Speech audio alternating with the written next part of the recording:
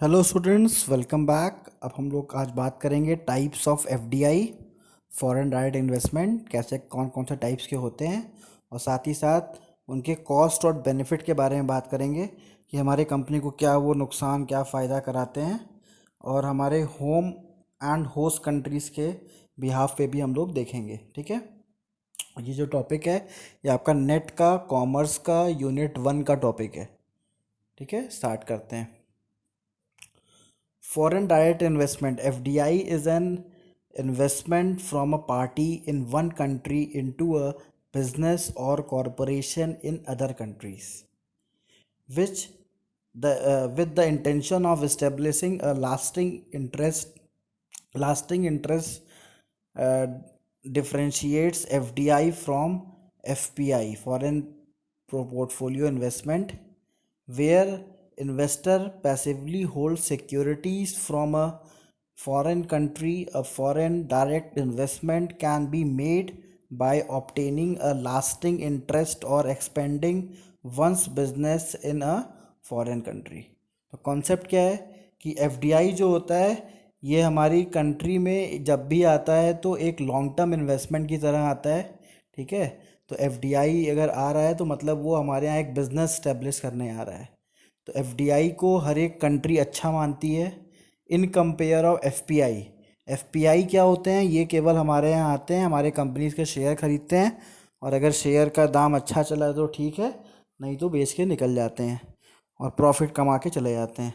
तो एफडीआई जो होता है वो हमारे कंपनी में लॉन्ग टर्म, हमारे कंट्री में लॉन्ग टर्म रहता है, और हमारे कंट्री का कुछ ग्रोथ भी कराता है, और कंट्री का एक्सपैंड भी करता है, और अपने बिजनेस को भी एक्सपैंड करता है, जिसके वजह से कंट्री का ग्रोथ भी होता है। तो इसीलिए एफडीआई को बेस्ट माना जाता है अगर आप कंपेयर करें एफपीआई से। बाकी अच्छे तो दोनों ही होते हैं, दोनों ही इन्वेस्टमेंट लेके आ रहे हैं कंट्री में। ठीक है, लेकिन अगर आपस में कंपेयर करें तो एफडीआई को ज़्यादा अच्छा माना जाता है, क्योंकि ये ज़्यादा लॉन्ग टर्म रहता है और ज़्यादा एक्सपेंशन का इसका चांस होता है कंट्री में। तो कंट्री के पॉइंट ऑफ व्यू से एफडीआई ज़्यादा अच्छा होता है। तो आते हैं methods of foreign direct investment. किस किस तरीके से लोग फॉरेन डायरेक्ट इन्वेस्टमेंट कर सकते हैं, क्या क्या मेथड्स हैं? As mentioned above, an investor can make a foreign direct investment by expanding their business in a foreign country. Amazon opening a new headquarters in Vancouver, Canada would be an example of this. तो यहाँ पे example बड़ा अच्छा दिया है कि Amazon ने Canada में अपना एक नया हेडक्वार्टर ओपन कर लिया।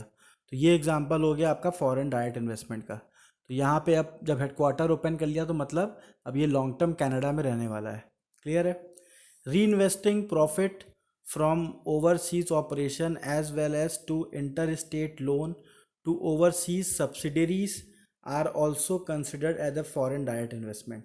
अब किसी कंपनी ने अपनी सब्सिडरीज बना दी, ठीक है, ओवरसीज मतलब दूसरी कंट्रीज़ में, ठीक है, तो ये भी एक तरीके का फॉरेन डायरेक्ट इन्वेस्टमेंट है। तो ये मतलब सब्सिडरी मतलब हेडक्वार्टर नहीं आया, सब्सिडरी आ गई उसका। जैसे स्टैंडर्ड चार्टर्ड बैंक है, तो स्टैंडर्ड चार्टर्ड बैंक का ब्रांच हमारे यहाँ आ गया, तो ये भी एक तरीके का फॉरेन डायरेक्ट इन्वेस्टमेंट है। क्लियर है? नेक्स्ट आते हैं, finally there are multiple method for a domestic investor to acquire voting power in a foreign company. Below are the some example. तो बहुत सारे मल्टीपल ऑप्शंस हैं कि जो भी हमारी फॉर रिटेल इन्वेस्टर्स हैं वो किस तरीके से दूसरी फॉरेन कंट्री के कंपनी में अपना वोटिंग राइट्स बना सकें। ठीक है, तो क्या क्या चीज़ें हैं? Acquiring voting stock in the foreign company. ठीक है, किसी स्टॉक का मतलब किसी कंपनी का शेयर खरीद लिया फॉरेन कंपनी में, तो वो वोटिंग राइट्स उनके पास आ जाती हैं। मर्जर एंड एक्वाइजेशन, कोई कंपनी मर्ज हो रही थी तो उसको अपनी कंपनी में मर्ज कर लिया, या फिर कोई कंपनी को ही पूरा खरीद लिया, एक्वाइजेशन कर लिया उसका, या फिर किसी फॉरेन कंपनी के संग जॉइंट वेंचर कर लिया। ठीक है, जॉइंट वेंचर समझते हैं ना, ये एक पर्टिकुलर टाइम के लिए होता है। उसके बाद starting a subsidiary of the domestic firm in a foreign country, अपना सब्सिडरी किसी फॉरेन कंट्री में ओपन कर दिया। तो ये सारा एक एग्जांपल एक तरीके से है कि आपको वोटिंग राइट्स तो वहाँ पे मिल ही जाएंगी उस पर्टिकुलर कंट्री में।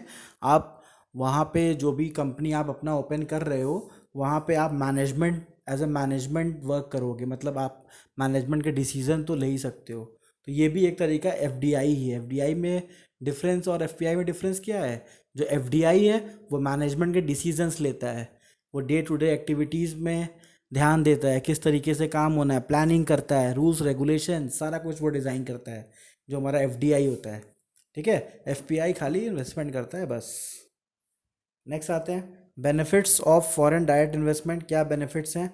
Foreign direct investments offers advantage to both the investor and the foreign host company. तो यहाँ पे दोनों ही के बेनिफिट होता है। एक तो इन्वेस्टर जो इन्वेस्ट कर रहा है, प्लस जिस भी कंट्री में वो इन्वेस्ट कर रहा है, दोनों को फ़ायदा होता है भाई। अगर हम जाके मतलब अगर यूएस आके इंडिया में इन्वेस्ट कर रहा है, ठीक है, तो अब यूएस के पास तो यूएस का मार्केट कवर्ड ही है, अब उसको इंडिया का नया मार्केट मिल गया। अब इंडिया की कंपनी जाके बाहर इन्वेस्ट कर रही है तो इंडिया का मार्केट तो हमारे पास कवर ही है, अब जाके बाहर इन्वेस्ट करें तो बाहर की भी हमको मार्केट मिल गया। ठीक है, तो ये तो फ़ायदा दोनों का होता है, होस्ट कंट्री का भी फ़ायदा होता है, प्लस कंपनी का भी फ़ायदा होता है। This incentive encourage both the parties to engage in and allow FDI. Below are the some benefits for the businessman. तो क्या क्या बिजनेसेस को फ़ायदा होता है? मार्केट डाइवर्सिफिकेशन, ये सब पॉइंट्स याद कर लीजिएगा, बहुत इंपॉर्टेंट है, नेट्स में आते हैं। ठीक है, तो पहला क्या है? मार्केट डाइवर्सिफिकेशन, आपका मार्केट जो है वो नए नए मार्केट्स में आप एंट्री करते हो। दूसरा है टैक्स इंसेंटिव, हो सकता है जिस कंट्री में आप इन्वेस्ट कर रहे हो वहाँ पे टैक्स कम हो, ठीक है, तो इसके भी चांसेस बहुत होते हैं, तो उसका आप फ़ायदा कमा लेते हो। लोअर लेबर कॉस्ट, अब जैसे इंडिया और यूएस की बात करें तो यूएस में अगर जो काम करवा लेंगे ये वो लोग, और जो इंडिया में जो लेबर से काम करा लेंगे, इंडिया में बहुत सस्ता हो जाएगा यूएस से कंपैरिजन में, तो लोअर लेबर कॉस्ट में उनका काम होने लगता है। प्रेफरेंशियल टेरिफ्स, कम कंट्रीज़ भी अलग अलग टेरिफ्स प्रोवाइड करती है, कुछ बेनिफिट्स प्रोवाइड करती है, तो उसके वजह से भी इनका अलग से फ़ायदा हो जाता है। उसके बाद सब्सिडीज़, जो छूट मिलती है इनको, ठीक है, तो छूट जैसे आप अब इंडिया में आ रहे हो इन्वेस्ट करने, तो इंडियन गवर्नमेंट ने आपको सस्ते दाम पे ज़मीन दे दी, इलेक्ट्रिसिटी में कुछ सब्सिडी दे दी। ठीक है, तो भाई गवर्नमेंट का भी तो फ़ायदा है ना कि आप आओगे तो कुछ ना कुछ एम्प्लॉयमेंट यहाँ जनरेट हो गई, तो इसके लिए गवर्नमेंट करती है ऐसा। ठीक है, ये सब चीज़ें जो हो गई, फॉरेन कंपनी को ये सब फ़ायदा होता है अगर कंपनी एफडीआई एज एफडीआई किसी कंट्री में जाती है। नेक्स्ट आते हैं the following are the some benefits of the host country. अब कंट्री का क्या फ़ायदा है? अब इंडिया में अगर एफडीआई आएगा तो हमारे इंडिया को क्या फ़ायदा होगा? पहला है इकोनॉमिक स्टिमुलेशन, कुछ हमारे इकोनॉमी में खलबली मचेगी, मतलब कुछ हम ग्रो करने लगेंगे, स्टिमुलेशन होने लगेगा। डेवलपमेंट ऑफ ह्यूमन कैपिटल, हमारे यहाँ के ह्यूमन जो हैं वो थोड़ा डेवलप होंगे, थोड़ा और उनके अंदर निखार आएगा, क्यों? वो और ग्रेटर टेक्नोलॉजी को सीखेंगे, फिर उस कंपनी में काम करेंगे। कंपनी खुद भी ट्रेनिंग देती है कि उनको कम दाम पे लेबर मिलते हैं तो उनको ट्रेन करके पहले सिखा देती है, फिर उसके बाद उनसे काम करवाती है।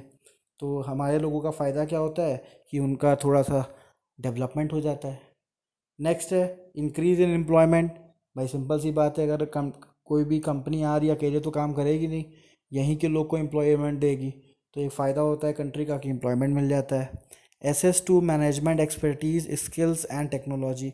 अब जो हमारे मैनेजमेंट के लोग होते हैं वो उस पर्टिकुलर वर्क में एक्सपर्ट हो जाते हैं, वो कुछ नया स्किल सीख लेते हैं, कुछ नई टेक्नोलॉजी सीख लेते हैं, उसी में से कुछ निकल के अपना कंपनी भी खोल लेते हैं, वो और एम्प्लॉयमेंट जनरेट करते हैं।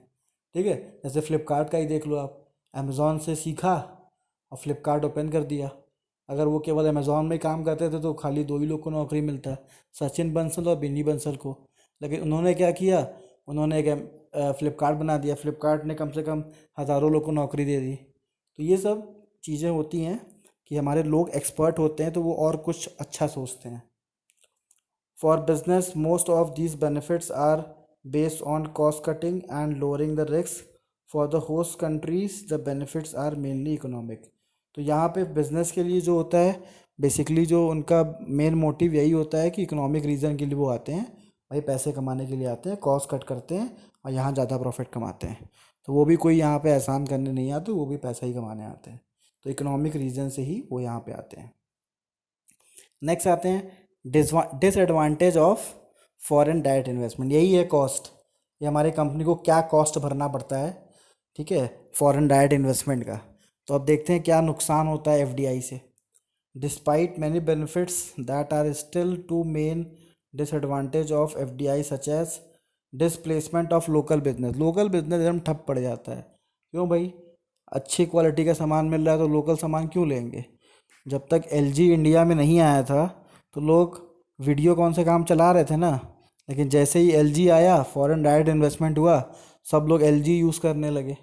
तो कहीं ना कहीं जो इंडियन कंपनी थी, वीडियोकॉन थी, ओनिडा थी, वो सब तो बंद होने लगी। ठीक है, डिस्प्ले, उसके बाद है डिसप्लेसमेंट ऑफ लोकल। उसके बाद प्रॉफिट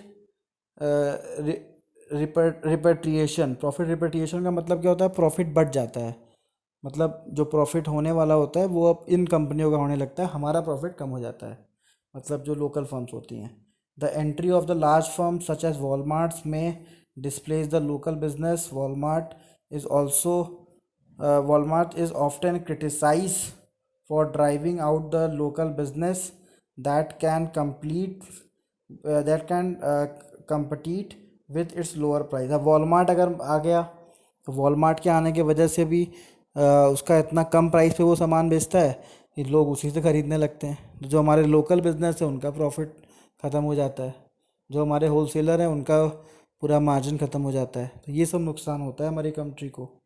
नेक्स्ट है, in case of profit repatriation the primary concern is that the firm will not reinvest profit back into the host country. This leads to the large capital outflow from the host country. तो profit repatriation मैंने बताया ना, जो profit होता है वो बढ़ जाता है मतलब कि वो प्रॉफिट लेके चले जाते हैं हमारी कंट्री से पैसा कमाते हैं और लेके चले जाते हैं। तो ये भी एक नुकसान होता है कि चलो भाई हमारी कंट्री का पैसा भी जा रहा है, ठीक है। तो ये भी हमारा थोड़ा सा ये लॉस एक तरीके का होता है। As a result many countries have regulation limiting the foreign direct investment.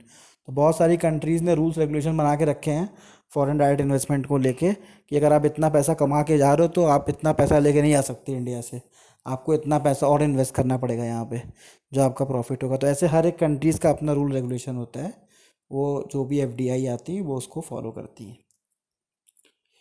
Next आते हैं types and the examples of foreign direct investment. क्या क्या टाइप्स होते हैं फॉरेन डायरेक्ट इन्वेस्टमेंट के, कैसे कैसे इन्वेस्ट कर सकते हैं। Typically there are the two main types of FDI, horizontal and vertical. तो हॉरिजेंटल में क्या आता है देखते हैं। A business expand its domestic operation to the foreign country. In this case the business conducts the same activities but in a foreign country. For example, McDonald's opening restaurant in Japan would be considered the horizontal FDI। तो horizontal FDI में क्या होगा, जो business हम एक country में कर रहे हैं वही सेम बिजनेस दूसरी कंट्री में कर रहे हैं। तो जैसे एग्जांपल हो गया मैकडोनल्ड्स के चेन्स हो गए, तो मैकडोनल्ड्स जो भी चीज़ यहाँ सेल कर रही है वही चीज़ वहाँ पे भी सेल कर रही है। कुछ डिफरेंस होते हैं वो अलग बात है, लेकिन है तो वो फूड एंड बेवरेज इंडस्ट्री ही, तो फूड एंड बेवरेज का ही काम कर रही है। नेक्स्ट आते हैं vertical. A business expand into a foreign countries by moving to the different level of the supply change. In other words a firm conducted different activities abroad but these activities are still related to the main business. Using the same example of McDonald's could purchase a large scale farm in the Canada to produce meat for their restaurant। अब देखिए vertical में क्या है, vertical में यहाँ पे हम काम तो वही करते हैं लेकिन थोड़ा सा उसमें एक्सपेंशन कर देते हैं। तो यहाँ पे क्या हुआ, हमने एक फार्म खरीद लिया मैकडोनल्ड्स ने कनाडा में, ताकि वहाँ पे से वो मीट जनरेट कर सकें। ठीक है, अभी तक क्या था, वो मार्केट से ख़रीद रहे थे, तो वो मेरा हॉरिजेंटल था। ठीक है, लेकिन जब वो उन्होंने इन्वेस्टमेंट को और बढ़ाया और उसी पर्टिकुलर काम को, मतलब जो उस पर्टिकुलर काम को और बेटर बनाने के लिए एक और प्रोडक्शन यूनिट हमने ओपन कर दिया, तो वो आपका वर्टिकल में आएगा। ठीक है, तो कंफ्यूज मत होइएगा। हॉरिजेंटल में क्या है, जैसा बिजनेस यूएस में चल रहा है वही सेम मॉडल हमारा, जैसे यूएस तो मान लेते हैं हेडक्वार्टर है, चलो यूएस को हटा देते हैं, जैसा मॉडल हमारा कनाडा में चल रहा है वैसा ही मॉडल हमारा इंडिया में चल रहा है, तो ये दोनों सेम है। तो यहाँ पे हमारा हो गया हॉरिजेंटल। ठीक है, अब वर्टिकल में क्या हुआ, अब कंट्री गई चाइना में ओपन किया उसने, तो चाइना में जाके वहाँ पे अब उसने एक फार्म खरीद लिया कि वहाँ से वो मीट भी जनरेट करेगा। पहले मीट इंडिया में खरीदता था और इंडिया में बेचता था, ठीक है, और कनाडा से खरीदता था, कनाडा से बेचता था, तो उसका अलग से कोई ऑपरेशनल यूनिट नहीं था। लेकिन अभी जब वर्टिकल में आया तो उसने अपना खुद का एक ऑपरेशनल यूनिट बना लिया, तो वो आपका वर्टिकल एफडीआई में आएगा, ठीक है। तो कंफ्यूज मत होइएगा, एग्जाम में ऐसे क्वेश्चंस आते हैं, ठीक है। नेक्स्ट आते हैं, however two other form of FDI has also been observed. अब देखें क्या क्या है। तो पहला है कॉन्ग्लो मिरेट, कॉन्ग्लोमिरेट। तो कॉन्ग्लोमिरेट प्लेट देखते हैं क्या है और प्लेटफॉर्म देखते हैं क्या है। कॉन्ग्लोमिरेट में क्या है, a business acquires an unrelated business in a foreign country. This is uncommon as it required overcoming two barriers to entering a foreign country and entering a new industry or market. An example of this would be Virgin Group, which is based of United Kingdom, acquire a cotton line in France. तो यहाँ पे क्या है, जब हम लोग बात करेंगे कॉन्ग्लो कॉन्ग्लोमिरेट की, तो कॉन्ग्लोमिरेट का एग्जांपल सबसे सिंपल है कि आपने एकदम नया बिजनेस में इन्वेस्ट कर दिया, तो ये बड़ा अनकॉमन है, ठीक है, कि आपका जो बिजनेस मॉडल नहीं था, आपने उस बिजनेस मॉडल के अलावा कुछ नया बिजनेस मॉडल बना के आपने इन्वेस्टमेंट कर दिया दूसरी कंट्री में। मतलब आप एक कंट्री में आपका एयरलाइंस का बिजनेस था और आप दूसरी कंट्री में जाके आपने टेलीकॉम का बिजनेस ओपन कर लिया, तो ये आपका एक नया मॉडल आ गया जिसको हम लोग बोलते हैं कॉन्ग्लोमेरेट मॉडल। तो इसको बढ़िया से याद कर लीजिए, कॉन्ग्लोमेरेट मॉडल, ये भी पूछ सकता है। अब आते हैं platform. A business expands into a foreign country, but the output from the foreign operation is exported to the third country. This is referred as a export platform FDI. The platform FDI commonly happens in the low cost location inside of free trade areas. For example, if Ford purchased manufacturing plants in the Ireland, which is primarily Europe, for exporting car to other countries in the European union EU। तो यहाँ पर platform में क्या होगा, अब platform में हम किसी एक कंट्री में जाकर प्रोडक्शन करेंगे और दूसरी कंट्री में उसका सेल करेंगे। क्यों उस कंट्री में प्रोडक्शन कर रहे हैं, क्योंकि वहाँ पे प्रोडक्शन कॉस्ट बहुत सस्ता है, ठीक है। तो यहाँ पे एग्जांपल दिया है फोर्ड का, कि फोर्ड ने क्या किया, अपने प्लांट को आयरलैंड में लगा दिया, क्योंकि वहाँ पे एक्सपोर्ट करने का बहुत ज़्यादा खर्चा नहीं है, मतलब गवर्नमेंट इतना ड्यूटी नहीं लगाती, ठीक है। बाकी मैन्युफैक्चरिंग कॉस्ट भी वहाँ पे कम आती है, तो वहाँ से बनाया, बाकी जगह बेच दिया। तो इसको हम लोग एक सिंपल सा इसको प्लेटफॉर्म बोलेंगे, ठीक है। तो ये प्लेटफॉर्म एफडीआई हो गया। तो 4 तरीके के एफडीआई हम लोग ने पढ़ा। इसको बढ़िया से रिवाइज कर लीजिएगा, एग्जाम्पल के साथ याद कर लीजिएगा, ठीक है, ताकि एग्ज़ाम के समय आपको याद रहे। थैंक यू स्टूडेंट्स, हमारे चैनल को प्लीज़ सब्सक्राइब करिए और शेयर भी करिए अपने नेट और जेआरएफ के तैयारी जो फ्रेंड्स कर रहे हैं उनके साथ, प्लीज़। Thank you.